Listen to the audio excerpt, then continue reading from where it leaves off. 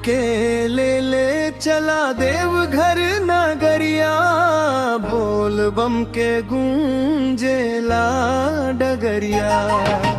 कांधे कांवर मन में उजियारिया, बाबा भोले दे सुख के गगरिया।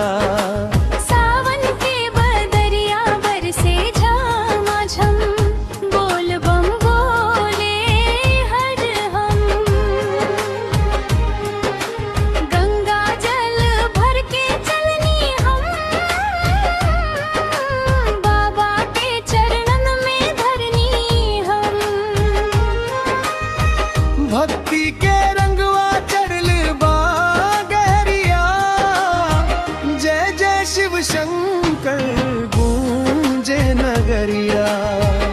हमरो के ले चला देवघर नगरिया, बोल बम के गूंजेला गगरिया।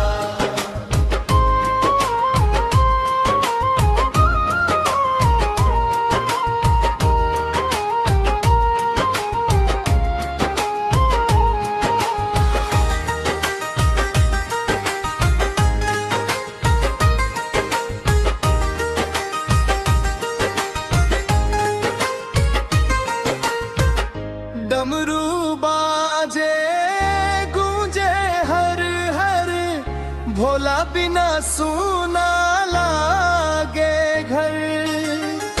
नाचे कावड़िया जोश में भर, महादेव राखे सब पर नजर। भंग धतूरा बेल के पतरिया, खुश हो है बाबा त्रिपुररिया। भोला बम, भोला बम,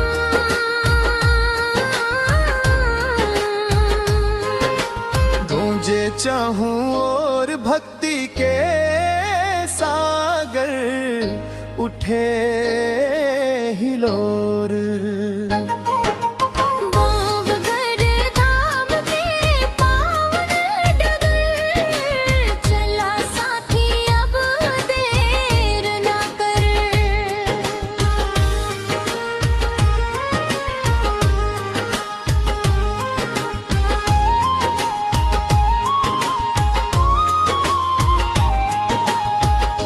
मन के मुराद आज पूरा होई, भोलेनाथ के कृपा बरसी। दीप जला के माथ नवाई, संकट सभे दूर भगाई।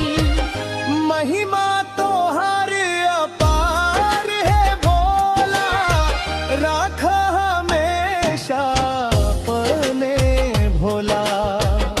हमरो के ले चला देवघर नगरिया, जय भोले जय शंकर जय त्रिपुररिया। हर हर महादेव, बोल बम, बोल बम। जय जल भोले जय शंकर जय त्रिपुररिया। हर हर महादेव।